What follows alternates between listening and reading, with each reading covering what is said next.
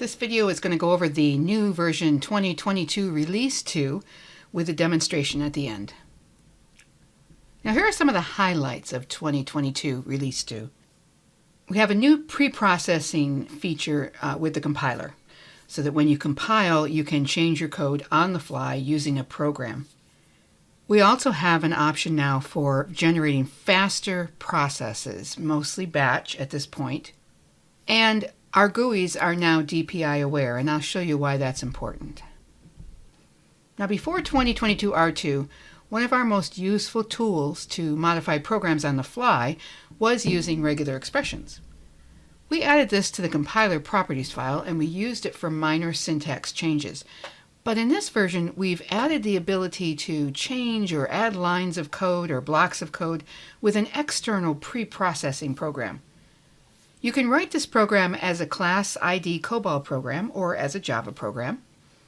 And like regular expressions, it's applied to the source code as it's read and before it's compiled. You set the pre-processing program or programs in your configuration file. There's an example on the screen. And we're going to look at this in a demonstration later on. So I'm going to show you how to debug your pre-processing programs while you're compiling using the remote debugger. When you debug your final class, the original code is shown. If you want to see the converted code, you'll need to generate a listing and look at that. Now here's some examples of what you can use this for. You could write comments into your code. You could change blocks of code. You could return warnings and errors that you define, in addition to COBOL's standard warnings and errors. And you can use a pre-processing program to enforce company-wide coding standards. We've been working on a new compiler engine, and 2022 R2 contains the beginnings of this new compiler. You'll activate it with a -ZMF compiler switch. In this version, only batch programs that don't contain user interface or embedded SQL are affected. But batch programming is usually the primary source of bottlenecks and performance problems, so it's a good place to start. For the super technical, here's some details about what's different in the compile engine. We're using a Java CC parser, which is a two-directional top-down and bottom-up parser. It's more flexible than the YACC parser that we were using that only goes in one direction. Now by passing through the code in 3 steps that I've listed here, we're creating smaller and faster classes. One reason that we rewrote the compiler is to improve performance over our competitors. You can see in the chart that we compared our new compiler with our 4 top competitors and significantly beat their total times and instructions per second. Look for more improvements in upcoming releases. We're always adding compilability with other COBOL vendors in every release to make it easier to switch to COBOL without having to change your code. In 2022 R2, we've added support for a new program section and data description clause, thread local. Now this creates data that is unique to each thread instead of data being shared by the threads. COBOL treats the underscore and the dash as the same character, but Microfocus treats them as separate characters. So we've added a -SMFU compiler option that can be used for these programs that want to use the Microfocus handling. And instead of having to use the operating system specific separation character in your paths, you can now just use the semicolon, and the runtime will convert it to the correct character for the operating system. COBOL has already supported JSON parsing and generating using a class, but now we've added IBM COBOL syntax as well. These work just as the previously existing XML parse and XML generate. COBOL's ESQL engine can be used instead of Oracle's ProCOBOL and DB2's pre-compilers. Our customers asked for these 2022 R2 enhancements to add functionality that these pre-compilers support. The first is common table expressions. These are temporary result sets that are created in queries used inside a larger query. You usually use constant strings for stored procedures and function names, but sometimes you want to write a more dynamic code using host variables. Now you can do that. And the SQL descriptor area variables used with dynamic SQL, was supported with IBM's DB2 preprocessor before. Now we've included the Oracle Pro COBOL. DPI stands for dots per square inch. Dots means pixels. 96 DPI is the assumed DPI for Windows and controls that aren't DPI aware. Now this is fine on a regular 1920 by 1080 display. But screens with larger DPI, like tablets and smartphones, and monitors that have a setting above 100%, are becoming increasingly common. And software that is not DPI aware stretches the display on these screens, making it blurry.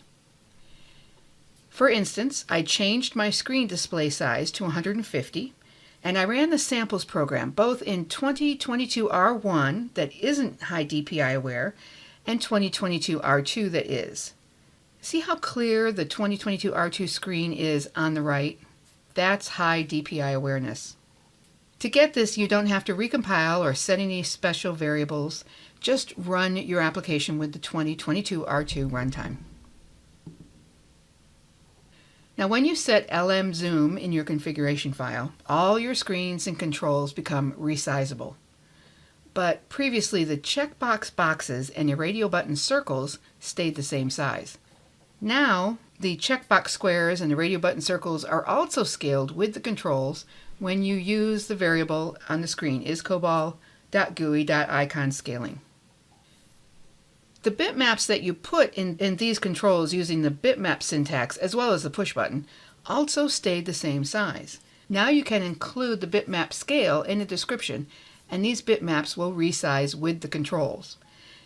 And by the way, remember you don't have to change your code to add this. Just use isCOBOL.compiler.GUI to inject the syntax on the fly.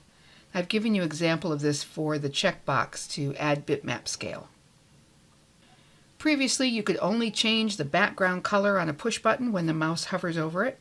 Now you can change the outline of the button too. And checkboxes can now return different values instead of just 1 for checked and 0 for unchecked. Now the code on the left will return new or used in var alpha 2, depending on whether it's checked or not. Radio buttons can also return any value when it's activated instead of just a group value number. The code on the right will have red in the var alpha variable if this button is chosen. We're going to see this in the demo in a little bit. You've been able to save grid and list box contents in an Excel spreadsheet. Now you can automatically open them in Excel too by adding the Export File Open option. 2022 R2 adds the search panel to list boxes, just like the grid has had for a while. And again, you can add these to your code from your properties file without changing your programs. I've put the line to inject them on the screen. And finally, now you can capture a mouse click in a tree view control, as well as a double click. There have been a few library enhancements. $W menu can show guidelines in a hamburger menu. There's a screenshot of a menu without and with these dotted lines up in the top right. The flat style is more modern, but the option to have the guidelines can be pretty helpful if you have a busy menu. You can copy encrypted files with $copy and $fscopy. The example code here shows the flag 1 to indicate encrypted files. And in previous releases, the PDF file wouldn't use the fonts you specified with WinPrint set font if you didn't also set the font folder and font folder embedded attributes. Now these attributes are optional, and if they aren't set in your code, isCOBOL will look for your fonts in the system's default font folder. Here's the new runtime configuration variables. You can write a hook program to redirect file opens to the program before opening. The program can set the file path, or it can change the file handler class on the fly. We found that this is handy when you're moving from fat client to thin client and the local working files are moved to the server, or if each user has a separate area for files. The next variable is specific to IBM's storage of data items with float or double usage. And the nested embedded procedure check is a good tool to use while developing. It tells the runtime to alert you when you have a nested except in your code so you can fix it. I've put an example of code that would cause a problem in the top screenshot. because the runtime is asked to accept from two different screens, S1 and S2. A quick way to fix the problem is shown below this code. The next two file index settings are specific to C-tree. When you have more than one C-tree RTG server, you might want to specify a different shared memory folder for each. And if you don't use native numeric data types, you can set the endian check to false to skip that step in the C-tree process. Setting is COBOL.key assigns an exception value to be returned by a combination of keys. In 2022 R2, we've expanded them to individual keys. For instance, the value set on the screen here will return 101 to the program when an A is pressed and 102 when B is pressed. The debugger has some helpful upgrades in Release 2. I've hovered over the variable sync-time-2 in version 2022 Release 1 in the top picture, and Release 2 in the picture below it, the second picture. Now notice how the pop-up hint is below the variable instead of on top of it now. The color is different too, and that's because by default many of the colors in the debugger are set to match the application's look and feel. The third bit of code there is using the Nimbus look and feel, and the fourth is the metal look and feel. When you're debugging, one of the commands you can use is InfoStack. It returns the paragraph and the program name of the perform stack. Now you can add a -A to get the location and name of the program file, as well as the line number in each program, like the picture on the right. We've updated the web client so it supports Java 17.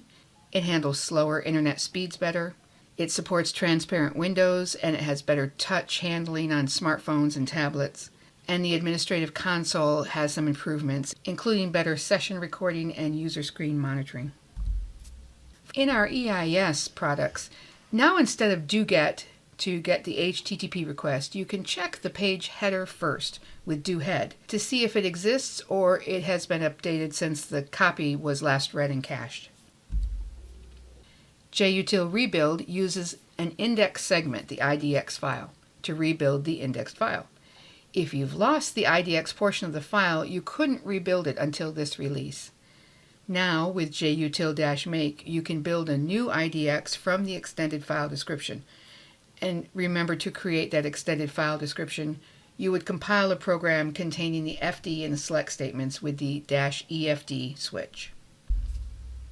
So let's get started looking at some of these things. Let's start with the IS samples program and look at the new features. And here are some sample programs showing the new features of each version, going down to 2017 R1. It starts with the search panel. Now remember, the grid has had a search panel for a long time. The list box now does. You can activate it, let the user activate it with a Control F, like that, or you can activate it programmatically, and this checkbox does that. You can view the source here. Our push buttons have a mouse over feature that will change the color of the button. Now we can change the color and the border, like that. See the red border? This sample has a grid and a list box with data in it. And as always, we can send it to an Excel spreadsheet. But now we can also open it after we create the spreadsheet. So I'm going to export the grid. There it is, opened up. And I'll export the list box. And there you have it. This sample shows different groups of checkboxes. The first and the third group are the traditional old-style method. So when I click on the box and I ask for the value, it returns the 1, meaning clicked. The other two are 0 for not clicked. The same with these. If I click all three, I should get 3 ones. There they are. These are the 2022 R2 style, and instead of returning a 1 or a 0, it will return some text, whether it's checked or not. So let's take a look at it. I checked hybrid, so it returned yes. I didn't check supercharged, so it returned not supercharged. I did check power steering, it returned yes. Now here are some push buttons that have graphics or bitmaps on them. I'll check one to change the bitmap. And this has LM Zoom applied to the screen, so I'm going to make it bigger. See the boxes get bigger and smaller along with the text. The radio button change is similar. It has radio button groups here and here. And then we have a new radio button group in the middle. So if I choose a radio button, let's choose 1 and then 2 in the traditional ones, and let's choose the green in the alphanumeric.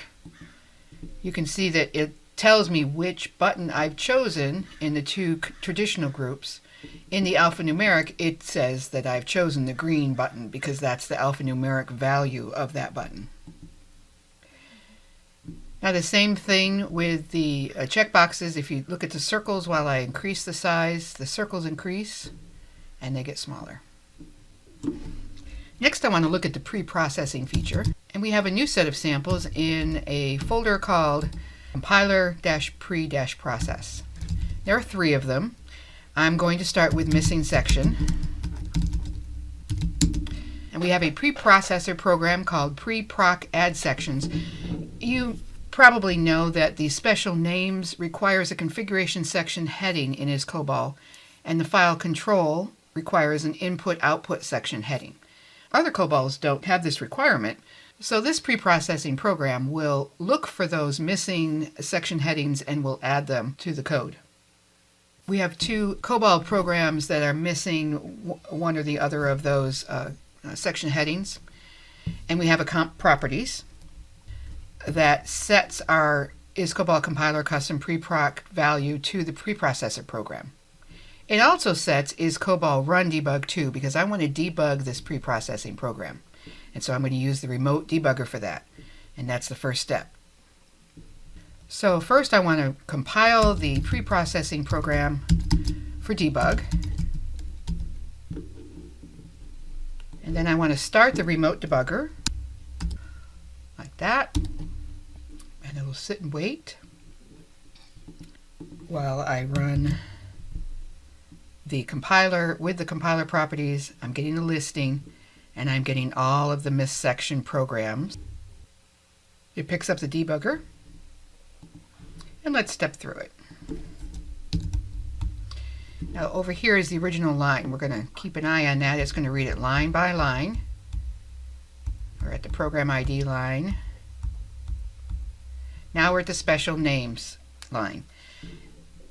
So if we step through the code, we can see that it evaluates the line and it finds source computer and it doesn't have configuration section set to true.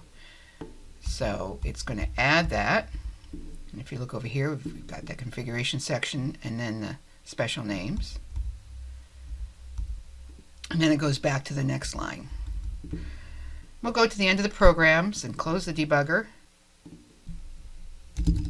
And now we have a successful compile. Let's take a look at one of those listings. And here's our configuration section that we've added.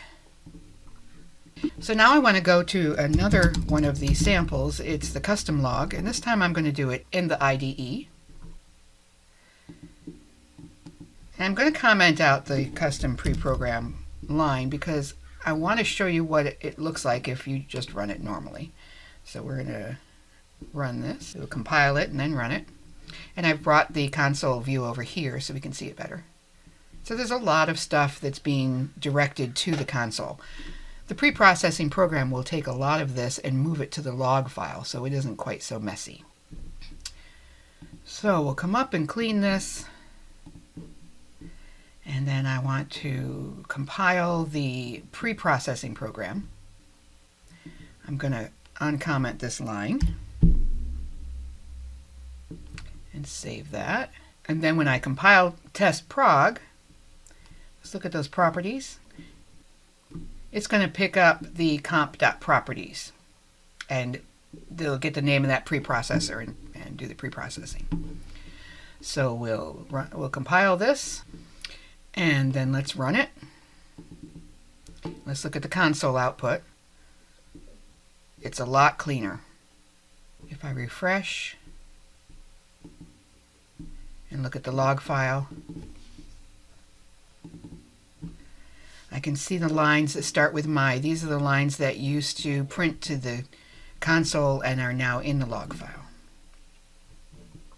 The third sample is a Java program.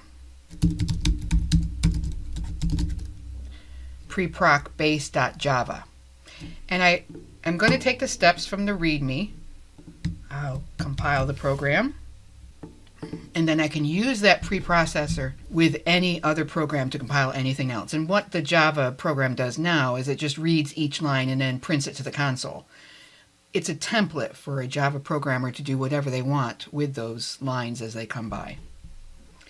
So let's do a couple of samples here. We'll take the hello world. And there it's giving you some information about it. Again, the Java program is printing these lines. Let's do the other program that's mentioned in the README. It's a lot bigger, has a lot more lines, but again, it's giving you a lot of information and displaying each line, and you can use this template to do anything you want with those lines. So there's a look at what's new in 2022 Release 2. I hope you give it a try, and if you have any questions, please contact us at support@variant.com. Thank you.